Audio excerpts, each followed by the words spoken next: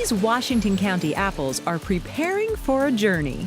After nearly 5 months of hanging around the orchard, they're cleaned, packed, and shipped right here from Rinehart Orchards processing plant.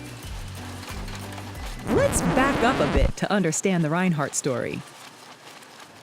The Rineharts have been growing apples here in Smithsburg, Maryland for more than 83 years. Third-generation farmer JD Rinehart says his father John was his biggest influence. He was a strong influence on my life. He let me make my mistakes and he let me have my successes. For JD, John was not only a father, he was also his business partner and best friend. When Dad passed away in 2011, JD struggled to fill that void. He decided the best way to honor his father's memory would be to keep the orchard blooming. He's had to tackle many challenges without his dad. A big challenge that came in about 5 years ago to our orchard, the brown marmorated stink bug, and it has really been a challenge for us to control that insect.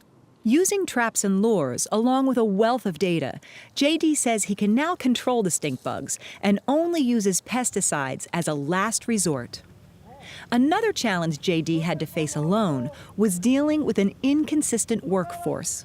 A farm like this is all handwork. It's always a challenge. We are H-2A, which is a federal program where we bring the workers here. They're all here on work visas. JD's father taught him that the backbone of the farm is good workers. And while there are no guarantees, JD has learned to request the same group every year to maintain consistency and quality. Each year, we worry if we're going to get our workers or not. Some years, they get here a month later than when we request them. It's hard seasonal work, often atop ladders. Workers must be fast to ensure the fruit is picked at its ripest point.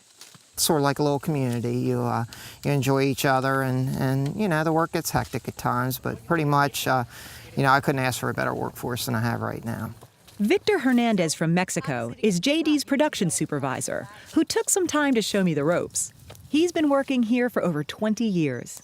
How do you know where to put the ladder, Victor? Well, actually, I have to find a firm limb strong enough to support your weight and the weight of the ladder. You don't want to pull them straight because, feel that. It's kind of hard to come off. It is. But if you're going up, kind of lift the apple, it's easier. Oh. So use that. All right, let me practice one here. All right, well, that was easy. Yep. You're doing really good. Thanks. Yeah. This bin holds 1,000 pounds of apples, and it's headed to the processing plant.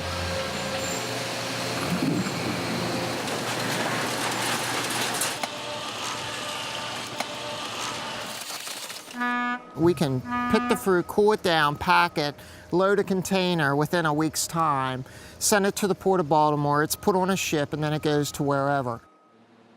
Ever wonder why you can buy apples in February?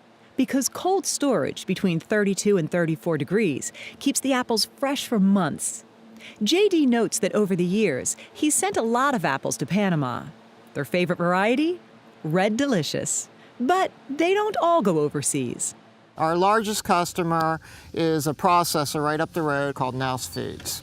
And they make pie-filling applesauce. You might have seen Musselman brand in the stores. The stuff we send to our packing house, like these apples right here, these apples likely will end up at your local supermarket, your local Walmart, your local Giant, wherever.